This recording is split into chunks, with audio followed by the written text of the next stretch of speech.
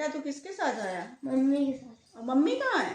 Mummy गाड़ी पार कर रही है। अच्छा, आ गई बेटा? गई। मैं कहाँ गया ये? कहीं भाभी नहीं नजर आ रही। ये गलत बात है, जब देखो मैं आने को होती हूँ मैं। अरे उसका अपनी मम्मी से मिलने का तो वो चली गई, और तुम भी तो आई हो अपनी मम्मी से मिलने। मैं तो बहुत ऊब गई हूँ उस घर से, इतना ऊब गई हूँ, इतना परेशान हो गई, मुझे बिल्कुल कुछ समझ में नहीं आता है। तो जब देखो आए दिन नंद आ जाती, जब देखो कहीं कुछ, और ऊपर से सारे बच्चे, अपनी बहन के बच्चे, नंद के बच्चे वो ले आएंगी, फिर वो कहेंगी ये खाना बना दो, वो खाना बना दो, ये कर दो। मैं बिल्कुल एकदम बोर हो गई हूँ, इसीलिए और फिर मैं तो शॉपिंग करने आई थी फिलहाल कि मैं जीन्स लूँगी, टॉप लूँगी।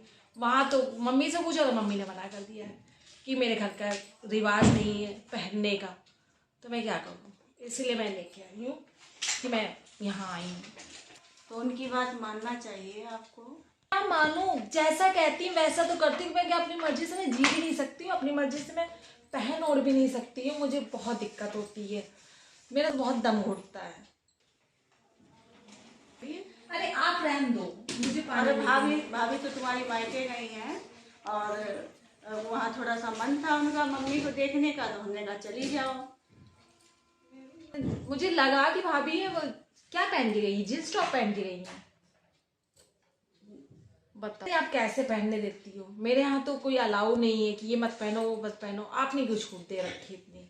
पहनने ओढ़ने का मन होता है तो वो तो पहनना ही ओढ़ना अच्छा लगता है, और ज़्यादा जैसे बोलना भी ठीक नहीं है। और तुम्हारी सास भी तो पहनने देती हैं। पहनने देती, बस उनका ऐसे ही है, बस कहती है पहनने को मगर मना कर देती है। वो सिर्फ बस आप उनकी बहन उनकी बेटी की खातिरदार करती रहो, सब खिलाती पिलाती रहो, उसमें खुश रहेंगी। मेरी खुशी तो कोई मायने नहीं रखती उनके लिए, कुछ भी मायने नहीं रखती। आप भी भाभी बहुत सर पे चढ़ाए हुए हैं, देखिए आप देखना, फिर मत कहना कि मैंने आपको कुछ समझाया नहीं।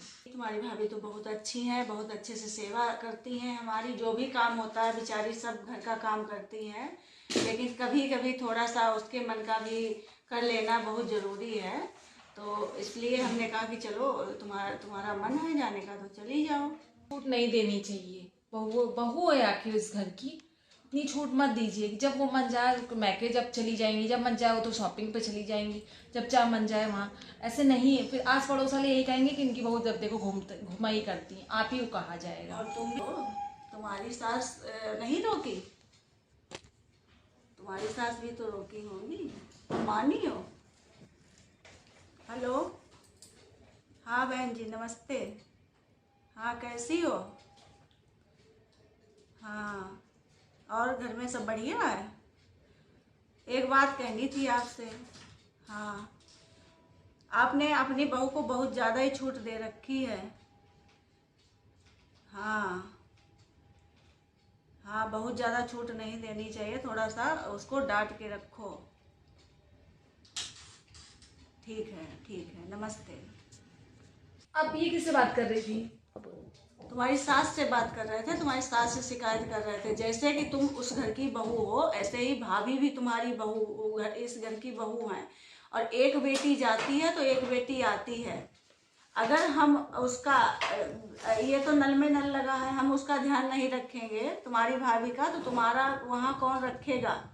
ऐसा नहीं है कि हाँ उसको तकलीफ देते रहो, किसी को भी तकलीफ देना अच्छी बात नहीं है। वो भी अपने घर से, मायके से, अपने भाई भाभी और माँ बाप सबको छोड़ के आई है, हमारी सेवा करती है दिन रात, कुछ कहने का मौका भी नहीं देती है, तो फिर उसमें तुम्हें क्या प्रॉब्लम है?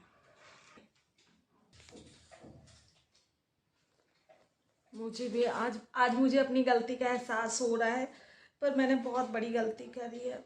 भाभी से भी कह दीजिएगा सॉरी, आपको मम्मा सॉरी, मैं आज के बाद बिल्कुल नहीं करूँगी। कोई बात नहीं बेटा, लेकिन ये है कि जैसे अपनी ननद हो चाहे भाभी हो, उसको समझोगी नहीं तब तक वो, चाहे ननद हो या सास हो, सभी बहुत ज़्यादा प्रेम करते हैं, और सास की आंखों में भी आंसू आ सकते हैं। अगर तुम प्रेम से रखोगी, प्रेम से करोगी उनका, ऐसा नहीं है कि सास अपनी नहीं या ननद अपनी नहीं, सब अपने होते हैं। लेकिन उनको जितना तुम करोगे, और इतना समझ लेना कि जितना तुम्हारे दिल में किसी के लिए प्रेम है उतना ही तुम्हारे लिए उसके दिल में प्रेम होगा। और फिर भाभी का तो बहुत खास करके ध्यान रखना होता है कि हम लोग नहीं रखेंगे, सास ननद नहीं रखेंगी तो फिर कौन रखेगा। तो आज की कहानी से आप लोगों को क्या सीख मिली, आप लोग ज़रूर कमेंट करके बताना। तो चलिए फिर मिलते हैं अगले वीडियो में।